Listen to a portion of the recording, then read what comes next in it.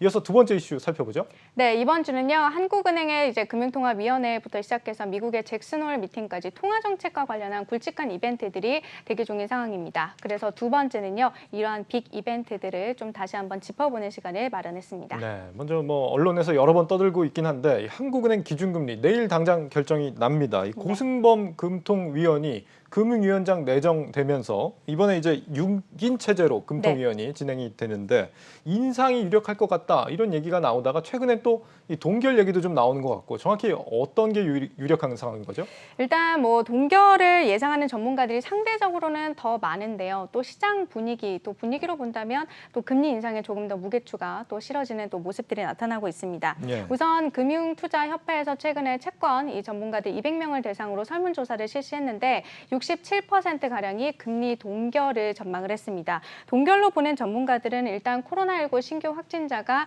연일 2,000명대 안팎에서 움직이는 만큼 이 한국은행이 경기 여건을 한 번 더 점검하고 가지 않겠냐라고 좀 보고 있는데요. 실제로 어제 코로나 신규 확진자 수가 다시 2,100명을 넘어섰잖아요. 네. 델타 변이 바이러스 확산을 제대로 잡지 못하고 있고 여기에 이제 자영업자들을 비롯한 취약계층들의 어떤 경제 여건이 여전히 나아지지 못한 상황에서 금리 인상을 한다면 소득 불균형을 심화시킬 것이라는 우려가 나오고 있습니다. 그렇다면 금리 인상으로 보는 근거는 뭡니까?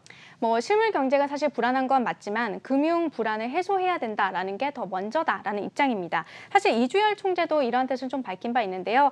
지난달 이제 금통위 정례 회의를 마친 뒤 기자간담회에서 다수 금통위원들이 금융 불균형 해소에 가장 역점을 둬야 한다는 뜻을 같이 했다면서 통화 정책은 그런 방향에서 이루어질 것이다라고 말한 바 있습니다. 여기에 최근 청와대까지 금리 인상을 좀 간접적으로 지지하는 모습을 보여줬는데 이호승 청와대 정책실장은 이틀 전에 이 작년과 그리고 올해 상반기까지 가계부채 증가율이 8에서 한 9%로 높아졌다면서 이 부분이 통화 정책으로 어느 정도 선제적으로 조정이 되지 않는다면 상당한 어떤 금융 불안정의 요인이 될 수 있다라고 말하기도 했습니다. 예. 실제로 이제 올해 2분기 가계 빚은요 사상 처음으로 1,800조 원을 넘어섰습니다.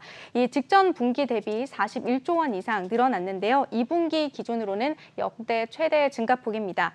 규모로 보나 증가율로 보나 어쨌든 가계부채 상황이 굉장히 심각하기 때문에 금융당국이 나서서 이 가계대출을 좀 규제하는 모습들을 보여주고 있는데 지금 이제 이 현장에서는 오히려 불안 심리가 더 확대되면서 가수요까지 폭발하는 부작용들이 나타나고 있죠. 때문에 불어나는 가계부채를 잡기 위해서는 이렇게 대출 규제만 늘어놓을 게 아니라 사실상 금리 인상을 먼저 해야 한다라는 게 경제 전문가들의 좀 대표적인 견해입니다. 만약에 금리를 올린다라고 한다면 25bp 0.25%가 또 유력할 것으로 보입니다. 지금 이런 상황에서 또 한 가지 고민이 되는 게 지금 금통위원이 한 명 줄어서 지금 짝수위원이란 말이죠. 그래서 만약에 이제 금리 인상과 동결표가 3대 3인 경우에 금리 어떻게 결정되는 겁니까? 그럴 경우에는 금리를 결정하지 못하고 지날 가능성이 높습니다. 이 한은법상의 동수로 나뉠 경우에 대한 규정이 명확하게 없기 때문인데요. 이럴 때에는 지난 금리 결정을 그대로 이어가게 됩니다. 네. 또 인원이 한 명 적다는 것 자체가 이제 금통위원들에게는 좀 부담이 될 수가 있는데 금통위는 안건 심의를 위해서 7명 중 5명 이상이 출석을 해야 되고 또 그 출석 위원들 중에서 과반 이상의 찬성이 필요한 상황입니다.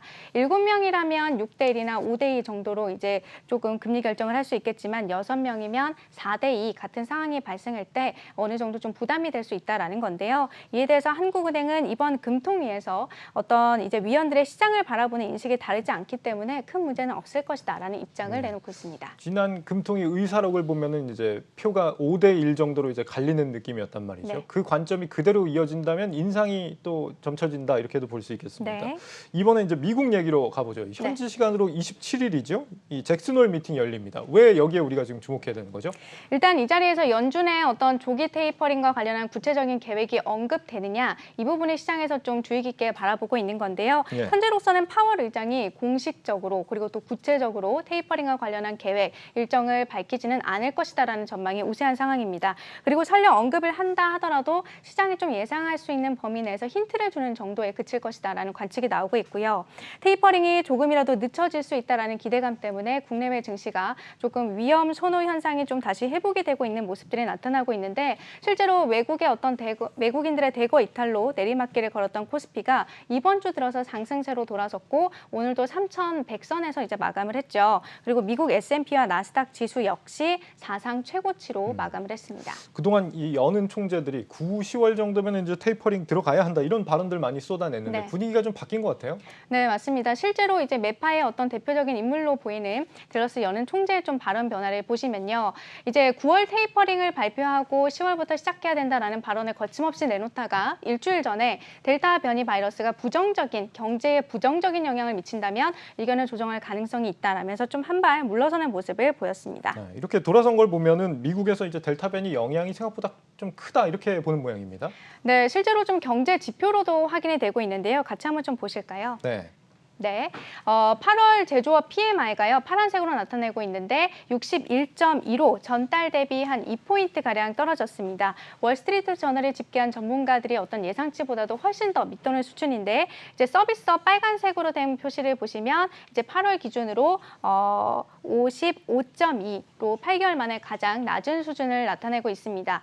이게 물론 제조업도 그리고 서비스업도 PMI라는 수치가 50을 넘으면 경기 확장을 의미를 하는데 이 추세적으로 하락하고 있다는 점을 전문가들은 좀 눈여겨서 보고 있습니다. 상황이 이렇다 보니까 연준이 8월 고용 지표까지는 확인하고서 이제 최종적인 결정을 내리지 않겠냐라는 해석들이 좀 나오고 있고요. 그리고 또 잭슨홀 미팅이 일정이 당초 3일에서 1일로 줄었고 그리고 대면에서 비대면 화상 회의로 좀 전환을 했는데 이 부분도 기류를 좀 바꿔놓은 요인 중 하나로 꼽힙니다. 이 연준이 델타 변이 바이러스를 심각하게 생각하고 있다는 신호를 시장에 준 것이다라는 해석도 좀 나오고 있고 그리고 테이퍼링과 관련한 중대한 사안을 과연 비대면상에서 드러내겠느냐라는 해석이 나오면서 조금 더 시장이 단기적으로 좀 안정을 찾아가는 모습들을 보이고 있습니다. 네, 알겠습니다. 뉴스카페 오늘은 여기까지 듣겠습니다. 김보미 기자였습니다. 잘 들었습니다.